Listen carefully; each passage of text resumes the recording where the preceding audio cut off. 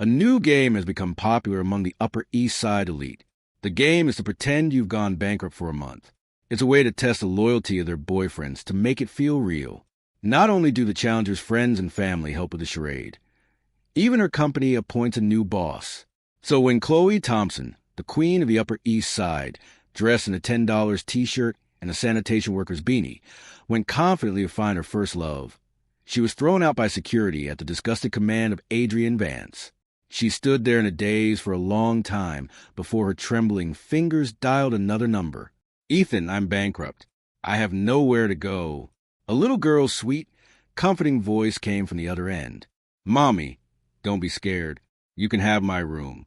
I was in the kitchen making a cake when the call from my ex-wife Chloe came through. My daughter, who was playing a game on my phone, answered it right away. I don't know what was said, but my 4-year-old daughter's face suddenly lit up, and she came running to me. She ran so fast when her shoes fell off. "Daddy, this is great. Mommy's bankrupt. She can come to my birthday party this year." Bankrupt. The call was still connected. The contact name displayed ex-wife. The last time I'd gotten a call from Chloe was on New Year's Day. She only ever contacted me on holidays. She'd hire me to play the loving husband in front of her parents to keep them happy. But the moment we were out of her family's estate, she would coldly snatch her hand away and drive off to do on Adrian. The back seat of her car would be piled high with gift boxes, the passenger seat covered in red roses. I would clutch the $1,500 acting fee she tossed at me, standing in the cold wind. But I never felt sad because it meant Lily and I had rent money for the next 6 months. Hearing Chloe was bankrupt, I was just confused. Why wasn't she calling Adrian the man she spoiled rotten? Why was she calling me the man she couldn't stand? Chloe asked cautiously. "Ethan, I have nowhere to stay and I haven't eaten all day. Can you take me in?" I was about to say no, but my daughter tugged on my sleeve. Her big grape-like eyes blinked, full of hope and pleading. "Daddy, please just let Mommy be here for my birthday. Just this once. All the other kids have both their parents." I looked down and my heart ached. I knew how much Lily craved her mother's love. The truth is Chloe did love Lily. She would take her to Six Flags buy her little dresses and send her entire sets of princess mystery boxes. But one day, Lily came home with her head hung low and said she would never bother Mommy again. I dropped the spatula and stormed into the villa. I used the raw strength I'd built from washing 1,000 plates a day to slap Adrian across the face again and again. I shoved his head into the toilet bowl, giving that filthy mouth as a good rinse. After that, Chloe never mentioned seeing Lily again. But today was Lily's birthday, and all she wanted was to have both her parents with her. I gave in. "Chloe, Lily misses you. You can come over for dinner." On the other end, the woman sighed in relief. It was a kind of relief that said, "Thank God, not all my bridges are burned. You're still at the Atoria Grand, right?" "I'm on my way." I was confused. Where? I've never lived there. I rent a place at the Maplewood Apartments. It's close to her preschool. Right outside is a street full of food stalls. At night, you can hear the muffled music from the karaoke bar across the street, and the pest control truck makes its rounds downstairs like clockwork. It was a world away from the luxury complex Chloe was talking about. Chloe was silent for a moment, then asked for my current address. Even dressed in cheap clothes, the woman's elegance was undeniable. The moment she walked in, Lily ran and hugged her legs. Chloe stroked her head lovingly, but as her eyes scanned our small 2-bedroom apartment, the warmth in them vanished. "You let my daughter live in a place like this?" My hand, halfway through making tea, froze. The apartment is nicely furnished with a clean, natural wood aesthetic. Everything from the appliances to the cartoon rug on the floor was picked out by Lily herself, and I paid for it all. No matter how tough things got for me, I never gave Lily a reason to feel ashamed of how she ate, dressed, or lived. Yet Chloe walked in and immediately started criticizing.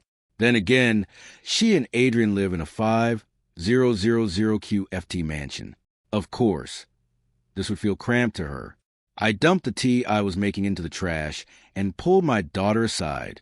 "Lily, why don't you go to your room and see if he can find the birthday present Daddy hid for you. The little one's face lit up as she ran into her bedroom. My smile vanished, and I shot Chloe a look that could kill. A place like this who was just begging to come to a place like this. You don't even have a roof over your head right now. What right do you have to judge me? Chloe quickly composed herself. Her current role was the broke girl, not a CEO. Chloe sat on the sofa, looking slightly uncomfortable. You misunderstood. I meant, why aren't you living in the house I gave you? I had no idea what she was talking about. What house? When we divorced, I left with nothing but a suitcase and our 3-month-old daughter, Lily. The only money I had to my name came from selling the watch my parents had left me. Chloe's brow furrowed. Ethan, you gave me a child.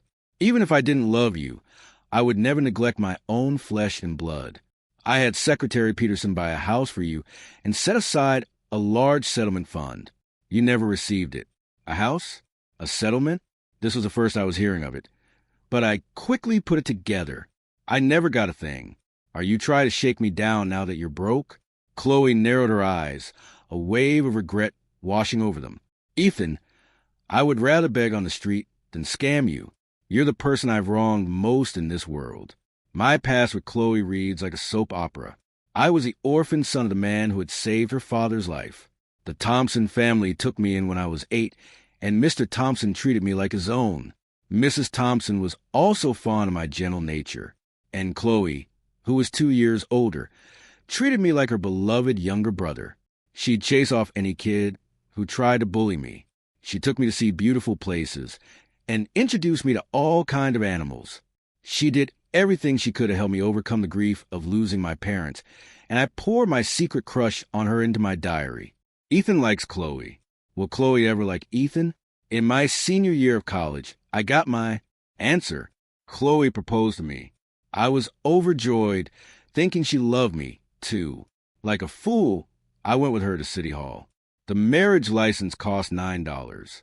I didn't know that her father had given me 10% of the company's shares as a wedding gift, while making Chloe start from an entry-level position. Chloe hadn't married me. She had married a shortcut to a comfortable life and a promotion. After we were married, I was lost in a beautiful dream of love. I cooked for her, ironed her clothes, and picked her up from late-night meetings. But after she gave birth to our child, she had an affair with an understanding intern, Adrian, who was actually 6 months older than me. She said Adrian understood her, that he was her soulmate, that they were the ones truly in love. She said what she felt for me was just family affection. Her father, with his sharp eyes, saw right through Adrian's cunning and hypocrisy. He swore he would never let that parasite into the family. Chloe came up with a compromise. She wouldn't divorce me so I could keep her parents happy, but she would give Adrian everything a husband gets short of a marriage license. It was 10 days after she had given birth to Lily. I, who had always let Chloe walk all over me, grabbed a fruit knife and plunged it into my own stomach without a second thought. Marrying Chloe was my mistake. I was too young, blinded by love, an absolute fool. Her cheating, her treating me like a housekeeper.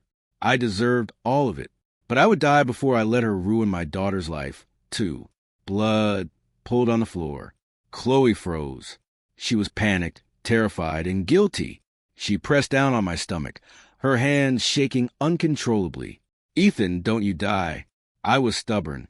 If she didn't agree to a divorce and give me full custody of our daughter, I would kill myself. If they saved me, I'd do it again until I was dead for good.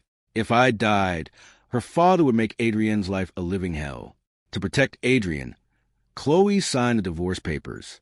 The day I left, she gave me instructions.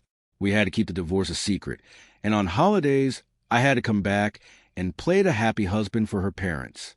I said fine, but I was charging a fee, $1,500 per appearance for a woman I was supposedly willing to die to get away from.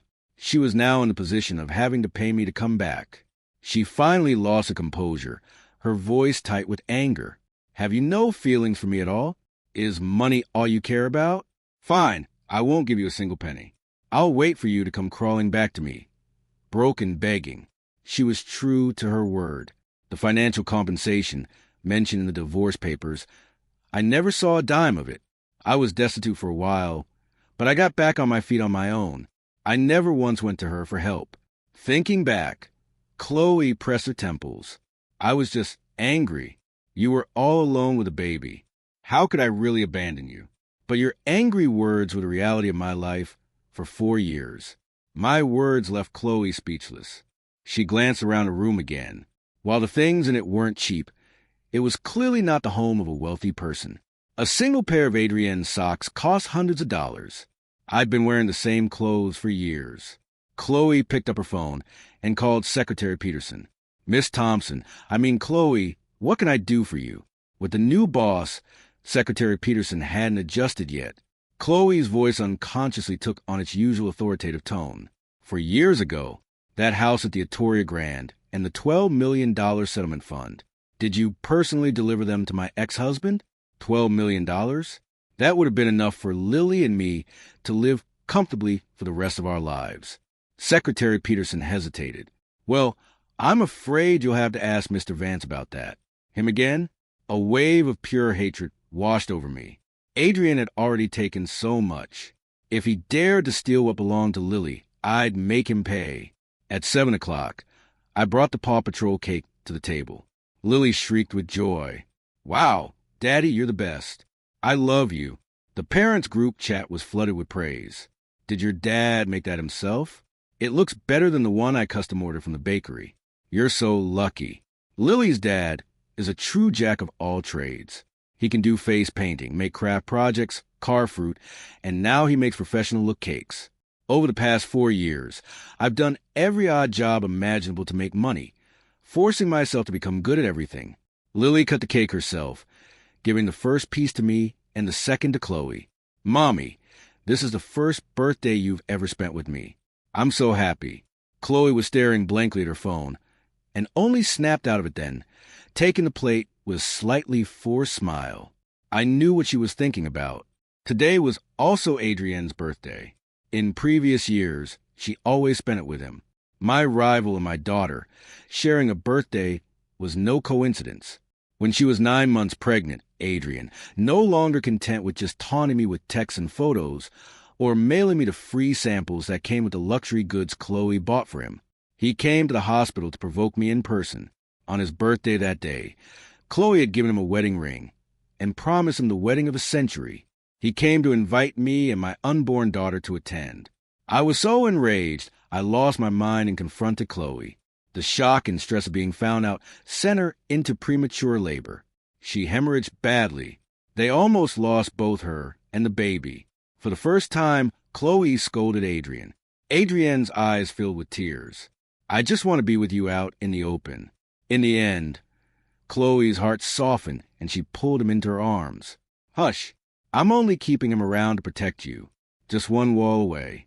I was in the delivery room, looking at my tiny, fragile daughter. All I felt was disgust and despair. The pain was sharp enough to pierce my soul. So much so that when I heard Chloe was bankrupt, all I could think was that she deserved it.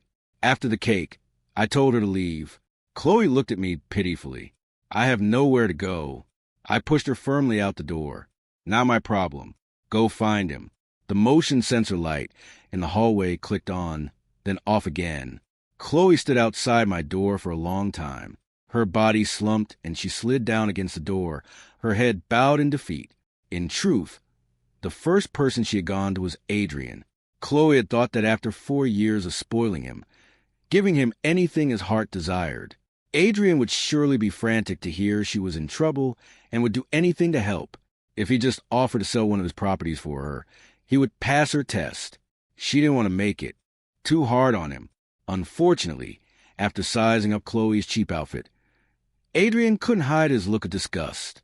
Her heart felt a sharp sting. Adrienne quickly masked it with a smile and welcomed her inside. He figured this was all part of some elaborate birthday surprise. Pretend to be broke, then reveal the real gift. But the next second, Adrienne saw a message in the group chat with Chloe's wealthy friends. The Thompsons are done for this time. Even her parents fled the country overnight.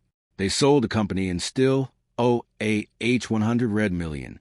Chloe will be paying that off for the rest of her life. Not necessarily. She bought Adrienne all those condos and luxury goods. He can sell them to pay it off. He'll just have to get used to living a simple life with her. Then someone remembered, wait, isn't Adrian in this group chat? Someone else cursed under their breath. He was immediately kicked from the group. Adrienne's eyes went wide. It was all too real. Before they had all called him part of the family. Now, they kicked him out with an insult. A storm was brewing, and he had to protect himself. Your family's bankrupt. What does that have to do with me? Are we married? Does your family even accept me? Why should I have to sell my properties? Chloe's heart hammered in her chest. She couldn't believe what she was hearing. How could her sweet, understanding boyfriend suddenly turn into this monster? Adrian, what are you saying? I've given you everything but a marriage license. I practically tore my heart out for you. I left my husband and child for you. Chloe thought this would remind him of everything they'd been through. Instead, Adrian just sneered. You gave me all that willingly. I've never heard of anyone asking for gifts back. Besides, I slept with you for 4 years. You didn't expect that for free, did you? And anyway, seeing the fury in Chloe's eyes, Adrian's tone became even more scornful. A woman who could abandon her own husband and child. Do you really think I'd ever trust you? You didn't even care about the daughter you nearly died giving birth to. For all I know, you'd do the same to me the second someone new came along. Chloe swayed on her feet, unable to argue. Adrian tapped on his phone. You're useless to me now anyway, so I'll do a favor and tell you why your husband was so desperate to divorce you. From the first time we slept together, I secretly sent him photos of everything. Our dates, us in bed, the gifts you bought me. The man has incredible patience. I had to push him to a complete mental breakdown before he finally snapped. I'm not a fool like him. I'm not going to be your free housekeeper or your sperm donor. A lightning bolt of realization struck Chloe. So Ethan had given her chances. So many chances. Adrian dropped the act completely. Miss Thompson, I studied your social media profiles from the day I started at the company. I know all your likes and dislikes. What you thought was a soul connection was just me doing my homework. Frankly, keeping you entertained was exhausting. Chloe finally snapped, lunging at Adrian and wrapping her hands around his throat as if to strangle him. You were only after my money. You used me. You destroyed my marriage. You almost cost me my child. My father was right about you. You're a parasite. Before Chloe could finish, she was dragged away by the security guards Adrian had called and thrown out of the building. It was the end of June, but Chloe was shivering as if it were the dead of winter. Just then, a notification popped up from a group chat named as Trueheart. The same friends from before were checking in to see the results of the test. Chloe, we just put on that big show for you. Is Adrian frantically selling his condos to save you? Chloe typed back furiously. The only man in this family is named Ethan, and I'm going to get him back. At 7:20 the next morning, I opened my door. A tall figure was sprawled across my doorstep. I stepped over Chloe's waist, and Lily, wearing her backpack, giggled and hopped over her. Chloe rubbed her sleepy eyes and hurried to catch up. She naturally took Lily's hand in hers. I was about to knock her hand away, but Lily beamed. Mommy, can you wait at the school gate for a little while today? I want everyone to know I have a mom. Then they'll stop saying mean things about Daddy, and those other moms will stop bothering him. Lily, I cut her off. Chloe gave me a sorrowful look. I used to be the most passive person you'd ever meet, but now I was sharp and aggressive. She could only imagine the kind of harassment and hardship that could cause such a profound change in a person. Chloe picked Lily up in her arms. Of course, I won't just stay for a little while. From now on, Mommy will be with you and Daddy every single day. She reached out to take my hand, but I pulled away. Filthy. Chloe is nearly 6 feet tall. Standing at the preschool gate, she stood out from the crowd and caused quite a stir. Lily, is that your mom? She's so pretty. She and your dad make a perfect couple. Why does your dad look so angry? He's not even talking to her. I wanted nothing to do with Chloe, but I needed her help with the house situation. So I tolerated her presence for now. I got on the bus and took a seat in the very back. Chloe sat down next to me. The moment the bus started moving, I moved to a different seat. Chloe, who had clearly never been on a city bus, tried to follow and was thrown backward by a lurch hitting her head. I smirked. The house was occupied by an elderly couple. When they saw Chloe, they immediately pulled her inside. It turned out they were Adrienne's parents. Chloe was stunned. I laughed. What else was there to say?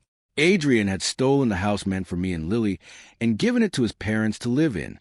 This was a 3000 QFT luxury apartment with marble floors and smart appliances. It had over a dozen beautifully decorated rooms. Even their dog had its own room in my rented apartment. Lily had the master bedroom, but it was barely 150 square feet. I had to use loft beds just to make space.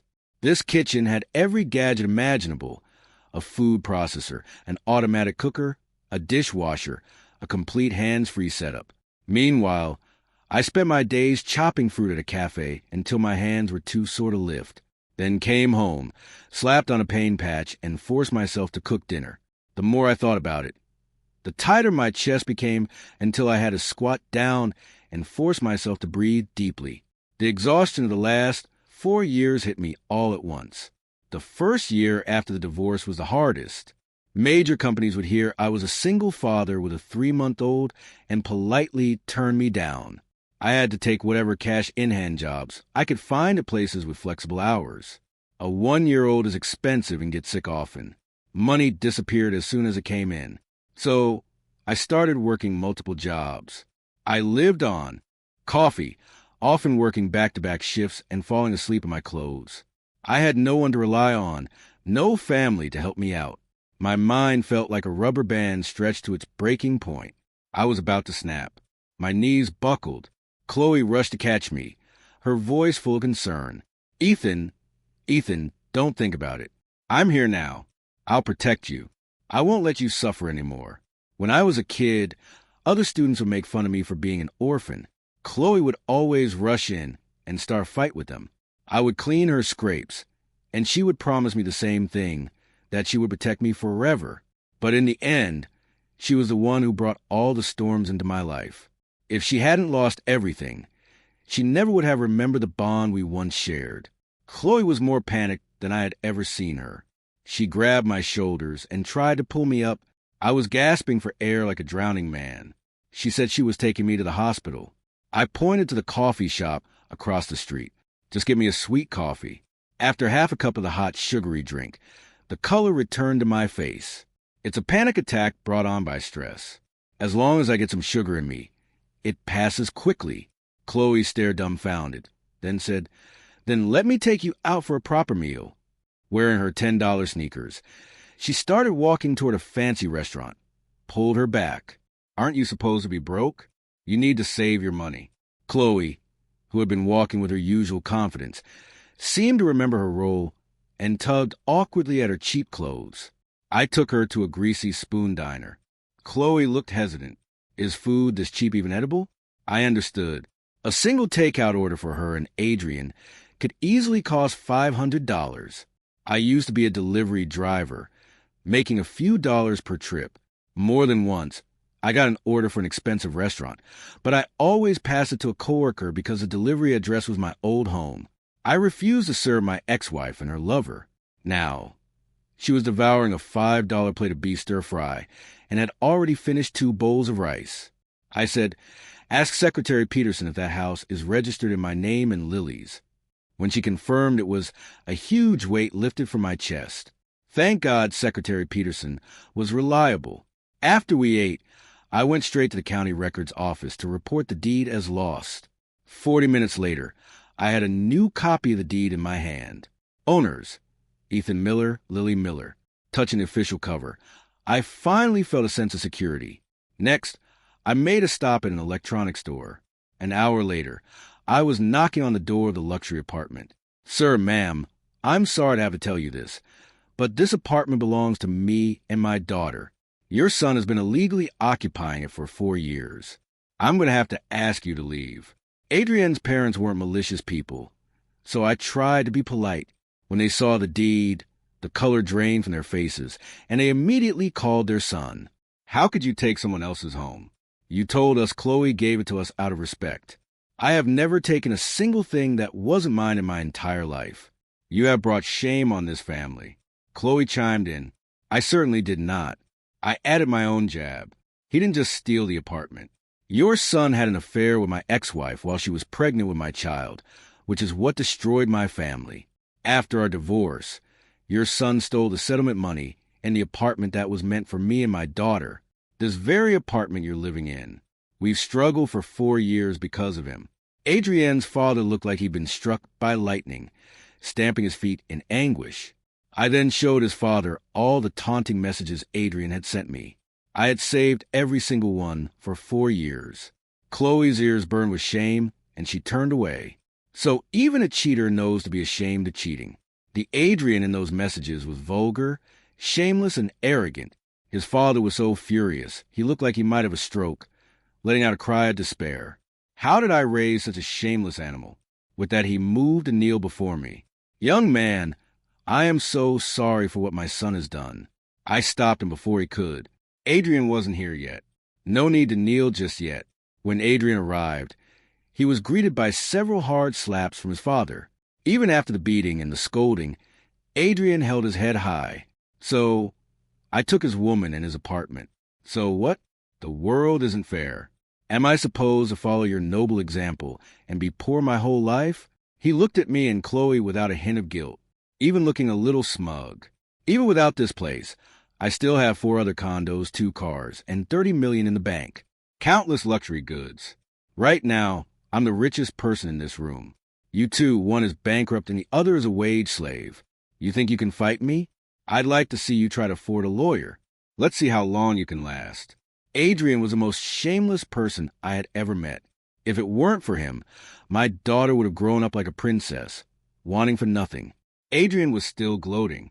Ethan, get on your knees and beg me right now, and maybe I'll have mercy on you and your daughter. With 2 thuds, his parents fell to their knees in front of me, tears streaming down their faces. This is our sin to bear, young man. Our whole family has wronged you. We failed as parents. We'll move out immediately. Adrienne was stunned into silence. I didn't tell his parents to get up. I mimicked his earlier smugness. You see that? You hurt me and my daughter without a second thought. And now your parents are paying the price. There's nothing wrong with a man being ambitious. But that ambition should drive you to work hard, not to abandon all shame and take shortcuts. When someone gives you something, you only have it on loan. They can take it back whenever they want. The color drained from Adrienne's face. I figured that no matter how infatuated Chloe had been, she wouldn't have just signed over deeds and titles. He was just taking advantage of her supposed bankruptcy. I went in for the kill. Do you know why you can't have a child? It's because you built your life on my pain. You're cursed. No child would want to be born to a father like you. They'd be too ashamed. I'd noticed it the last time I was at the villa. Adrienne was taking some kind of herbal medicine. I'd worked at an herbalist shop before. I recognized it immediately as a treatment for infertility. His secret exposed. Adrienne's face twisted in rage, and he lunged at me. Chloe, who had been silent until now, stepped between us and grabbed Adrienne's arm. But that was all she did. Adrienne smirked, looking at me as if he'd already won. Of course, Chloe was always on his side. She always chose him. The last time when I'd shoved Adrienne's head in the toilet, Chloe had rushed in and shoved me so hard my back slammed against the sink, and I fell to the floor. The pain so intense I couldn't get up for 5 minutes. I just had to watch as she fussed over Adrienne and help him out the door, right or wrong. Chloe would always leave me to fend for myself. My expression fell. I had lost all hope for her long ago, but for once, I had hoped she would stand up for her own daughter. Ethan, I've got him. You hit him. Hit him until you're satisfied. Her words stunned everyone in the room. Adrienne's face went rigid. Chloe, what are you talking about? How can you help him gang up on me? Chloe let out a cold laugh and twisted his arms behind his back. You call this ganging up? What about what you did to Ethan and Lily? A beating is letting you off easy. I didn't know why she'd suddenly change sides, but I wasn't going to be gentle. After I slapped him 10 times, his father was still kneeling silently. His mother started to speak, but his father shot her, a look that silenced her. This is your fault, he said to his wife, always telling him to chase after money. Look what he's done to this family. He made this mess. He has to pay for it. He's an adult. He needs to take responsibility for his actions. Adrian, unable to break free, looked utterly betrayed, his eyes turning red. His parents, his girlfriend, not one of them was on his side. He had been abandoned by everyone.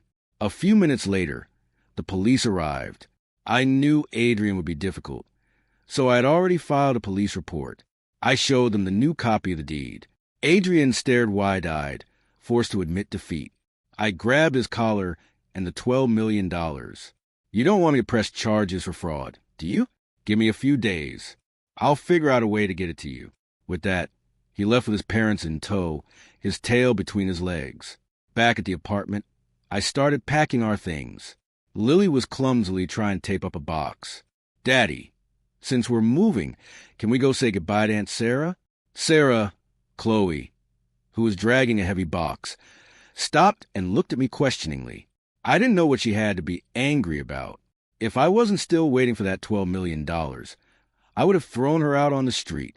Chloe insisted on coming with me to Sarah's apartment. Sarah was 27, tall with a kind face. She didn't have any bad habits. Her only vice was a love for good food. I brought some fruit and a gift and discreetly tucked an envelope of cash under her sofa cushion. It was a thank you for all her help over the years. Sarah looked sad to see us go, her eyes welling up. Ethan, you should leave me your new address. I'd love to visit you and Lily sometime if I'm in the area. I didn't hesitate to send it to her via iMessage. After Lily was in bed, Chloe finally asked a question. The way that woman looks at you, she wants to eat you alive. Don't tell me there's nothing going on between you two. Chloe's hypocrisy was breathtaking. Even if there was, it was none of her business. Sarah does like me, but we don't have the kind of sordid relationship you had with Adrian. The word stung, but Chloe couldn't argue. Adrian was disgusting, and she knew she was no better. I held out my hands, showing her the calluses on my palms. Chloe, I'm not superhuman. These hands can't do everything. I don't know how to fix the wiring. I can't always lift the heavy stuff. And no matter how careful I am, I still get sick. Sarah's helped me out of jams. She supported me time and time again. She's even watched Lily for me more times than I can count. I'm grateful to her.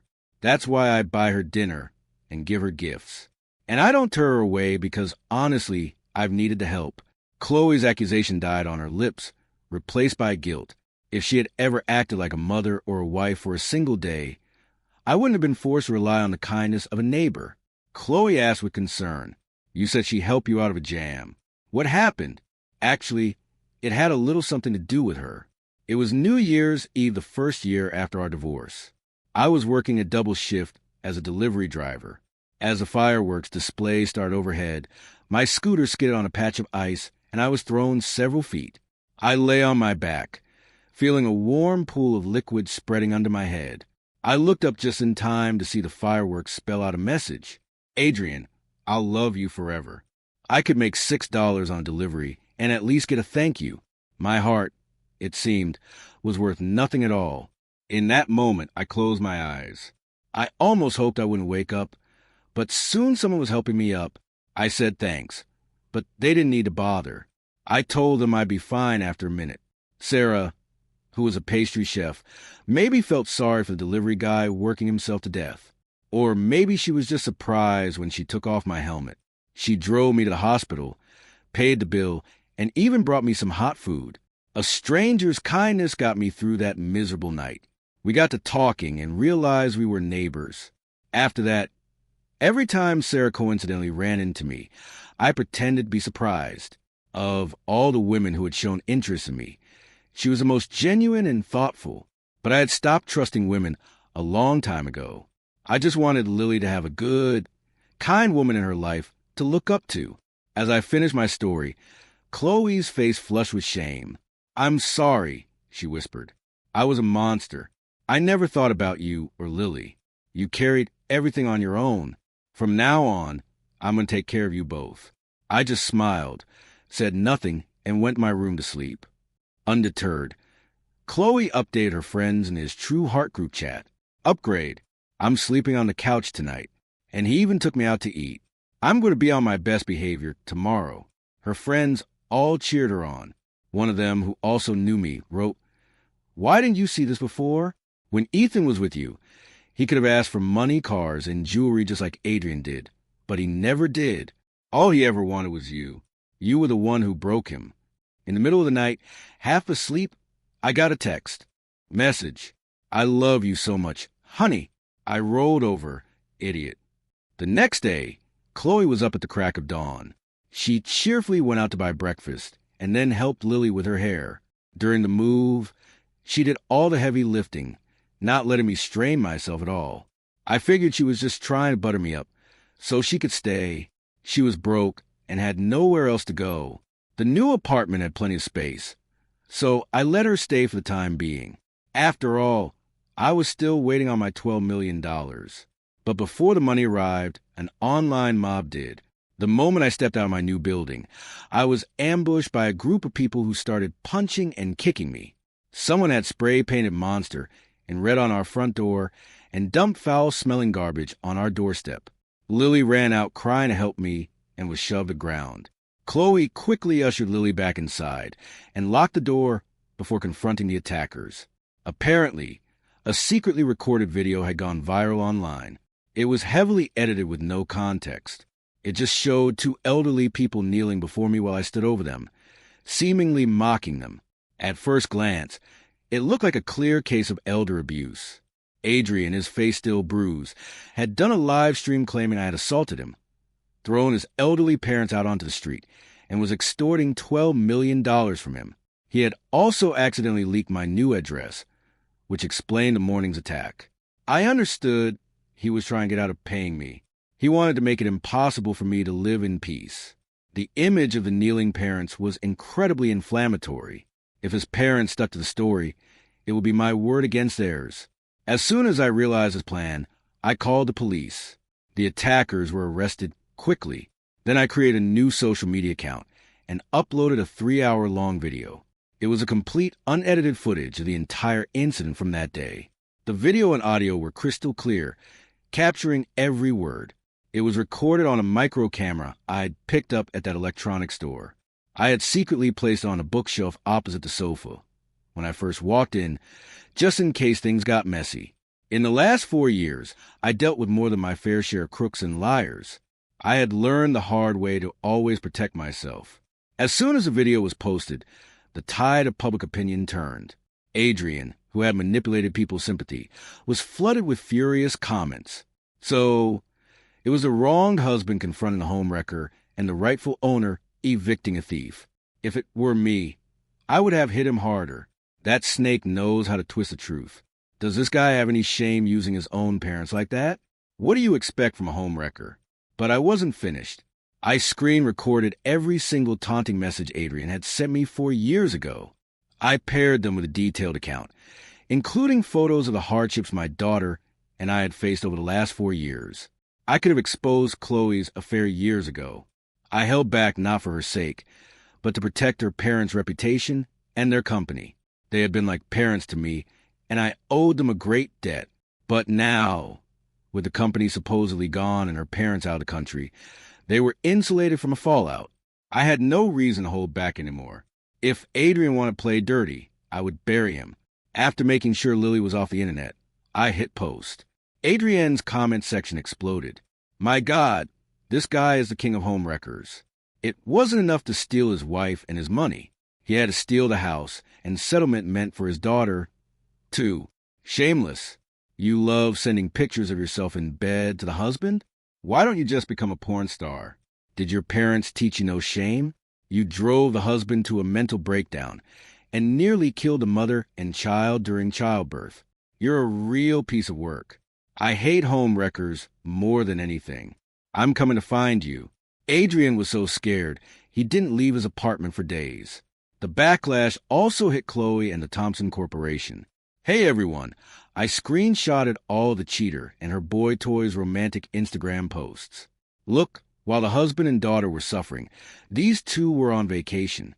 The watch on his wrist in this picture alone could have supported the father and daughter for 4 years. How could you be out eating $1,000 steaks with your lover while your own daughter was going hungry? Are you a monster? You dress your lover up in designer clothes while your husband wore outfits that cost less than $50. What did he ever do to you to deserve that? Your husband was an orphan, and you and your lover ganged up on him. Do you have a conscience? Oh, right. You don't. A person with a conscience wouldn't cheat on their pregnant husband. As the flood of insults poured in, Chloe was sitting right beside me. I watched expressionless as she broke down sobbing, slapped her own face, and started chugging whiskey straight from the bottle. I didn't understand. I was the one who had suffered. I hadn't cried. What did she have to cry about? Oh, was she upset that people were insulting Adrian? Compared to them, the comments on my post were gentle, full of comfort and encouragement. The husband is so handsome. He looks better without trying than the other guy ever could. How can someone so good be treated so badly? It makes you lose faith. This guy worked at my shop 3 years ago. He was raising his daughter all by himself. He'd eat nothing but bread and water himself, but he made sure his daughter was always well-fed and happy. She was such a sweet kid, never cried. They were both so strong. Sir, did you get your apartment back? Did that scumbag pay you the settlement money? If he hasn't, we'll make him. I replied to each one. Their genuine kindness coming through the screen gave me strength. The men who had attacked me came to my door to apologize. They paid for the damages, fixed the door, and even brought a gift for Lily. They said they had been manipulated by the video. Afterwards, they went straight to Adrienne's building and unfurled a banner. Apartment 801, home of a professional home wrecker. Single ladies welcome. Adrienne's door was knocked on constantly. Some people came looking for a fight. Others were looking for a good time. He lived in constant fear. Someone set up huge speakers outside his building, blasting a single question on a loop. Has Adrian paid the money back yet? Someone else rented the apartment across from his and set up a 24/7 Hyde live stream pointed at his front door. Inevitably, someone broke down his door and gave him a brutal beating. Adrienne's parents were ostracized by their friends and relatives. His father was so stressed he ended up in the hospital. Adrian, crying, sent me a text begging me to make it stop. My terms were simple. Pay me back, not just the $12 million. I want every penny she spent on you before we divorced, right down to the hotel rooms. And second, a public apology. 3 days later, $12.5 million appeared in my account along with a live video apology from Adrian. I figured he'd learned his lesson, and I had my money, so I posted on Twitter asking people to let it go. Adrian finally had a moment of peace, but then an apology video from someone else sent him right back into storm. Chloe posted a video detailing her entire affair with Adrian. She explained how Adrian had targeted her from the moment he joined the company, how he had studied her interests and engineered chance encounters, how he had pursued and seduced her, knowing full well she was married. She admitted she couldn't resist and had slept with him multiple times while she was pregnant. She said she had been blinded, that Adrian had manipulated her into making terrible decisions. She said she deeply regretted hurting the one person who had truly loved her. She said it took all of this for her to realize who was truly important, and from that day forward, she would prove it with her actions. She wasn't asking for forgiveness, only for a chance to make things right for me and our daughter. She would finally fulfill her duties as a wife and a mother, and she invited the entire internet to hold her accountable. Half the comments were still vitriolic, but the other half were willing to wait and see. Chloe started treating me incredibly well, so well that she would even wash my hair for me, so well that she peeled all my fruit. But just being nice to me wasn't nearly enough. I mixed a sidecar and handed it to Chloe. Do you know why Adrian felt so comfortable taking what belonged to me and Lily? The glass paused at her lips. Because I couldn't tell right from wrong. Because I always took his side. I shook my head. Because no matter how many times he hurt me, he never faced any consequences. You're right.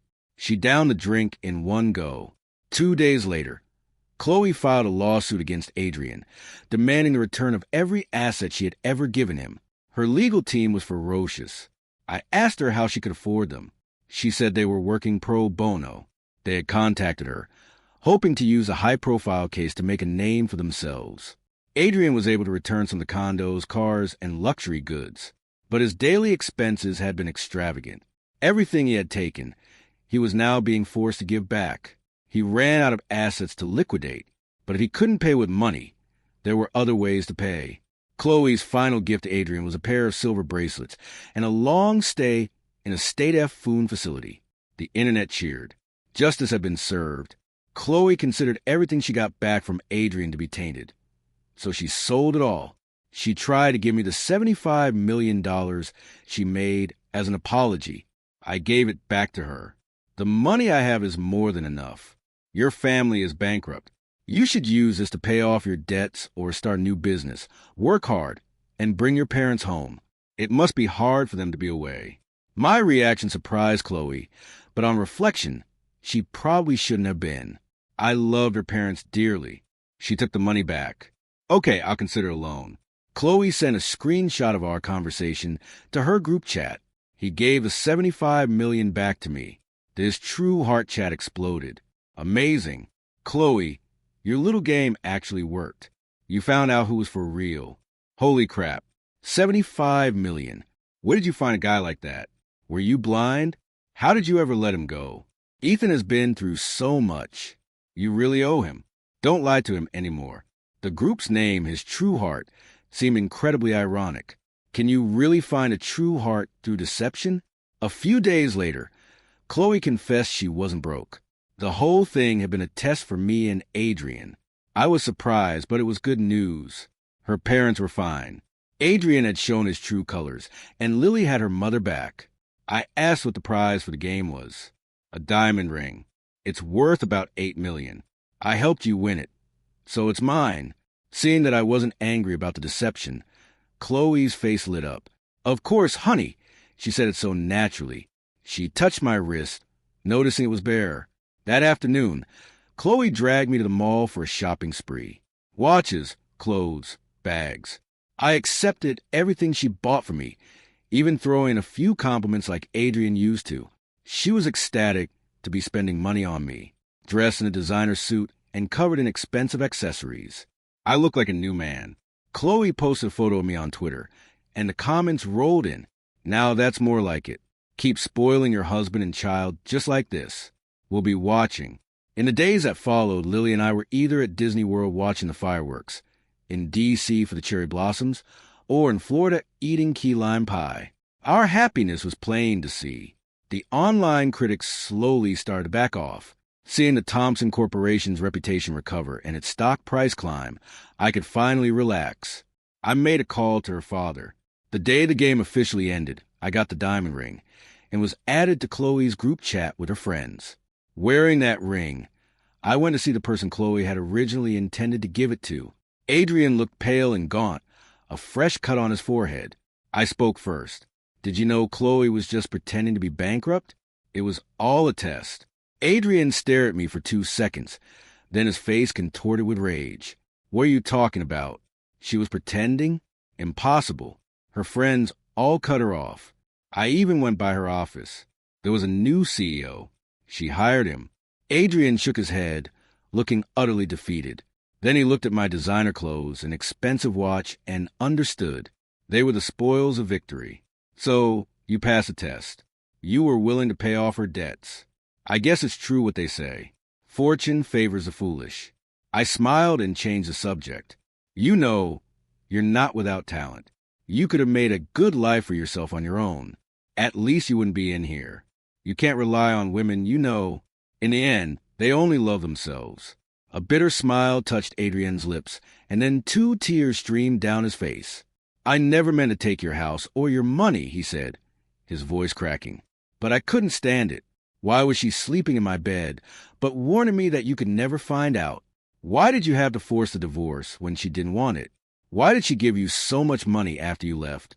Why did she lock herself in her room and cry the day you walked out looking at the hysterical man in front of me? It all clicked. No wonder you lost, I said. No wonder you kept making such stupid mistakes.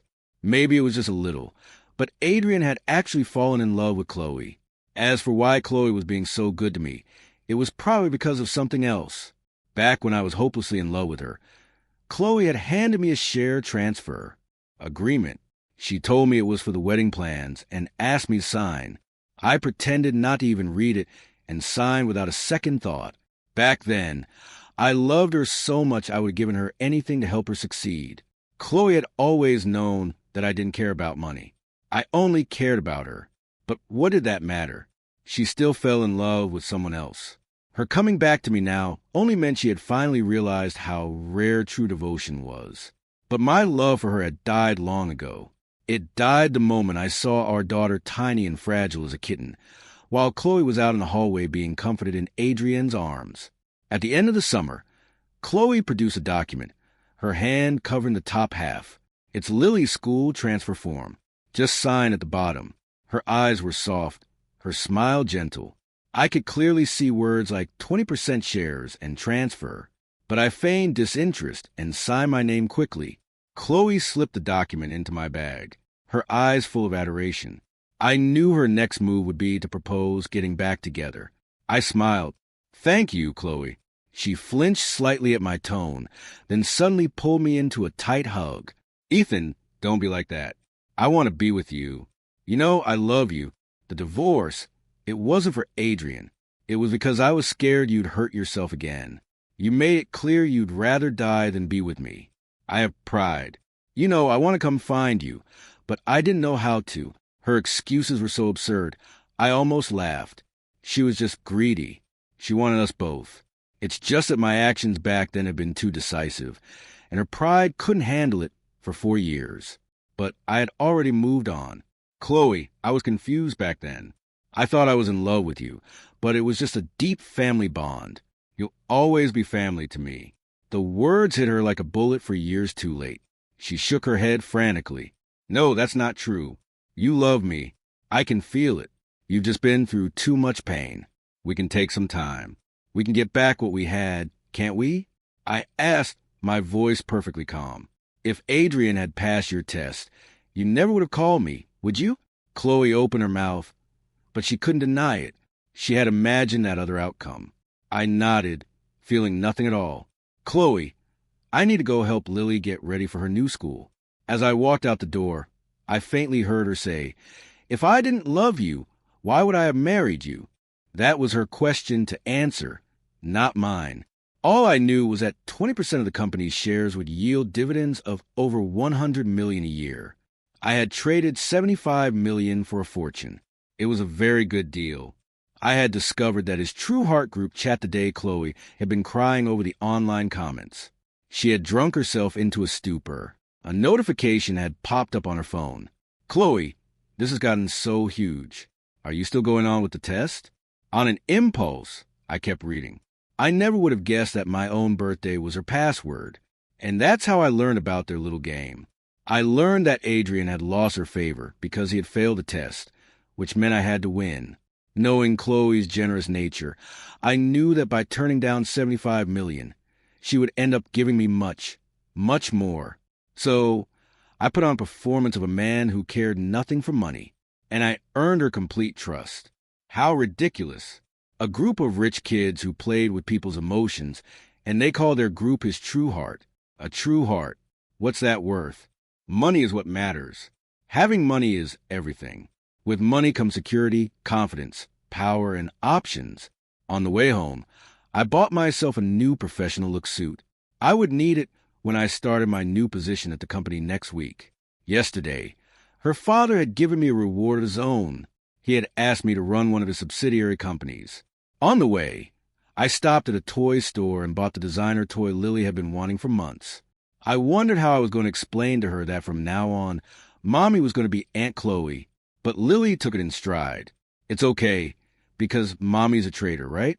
She chose Uncle Adrian over me, and she chose Uncle Adrian over you. So, you're the most important person to me, Daddy, and I'm the most important person to you." I never thought a 4-year-old could be so perceptive. I knelt down and pulled her into a tight hug. I would make sure Lily grew up to be a true princess. I would pave her path with gold. Chloe was heartbroken. She holed up in her mansion for days, then went and sat outside my new building for half a day. Finally, she went back to her family's estate. Her parents were sitting in the garden. She went straight upstairs and opened the door to my old room. She lay down on my bed and fell asleep. She decided she would stay there for a while. When she woke up, she opened the desk drawer. There wasn't much inside. An eraser from elementary school, his glasses from high school, a cheap ring he'd bought with money from a summer job, and a few diaries. She took them out and began to read one by one. She smiled as she read about our childhood memories. Gradually, the entries changed, turning into love letters. They were filled with a young boy's secret love for the girl, who was like his older sister. The more Chloe read, the more her vision blurred with tears. On the very last page, there was only a single line. Ethan likes Chloe. Will Chloe ever like Ethan? The question from an 18-year-old Ethan echoed across time, demanding an answer from the 28-year-old Chloe. She instinctively moved to write down the word, but unfortunately, she didn't have a pen. She opened the other two drawers, but there was no pen in them either.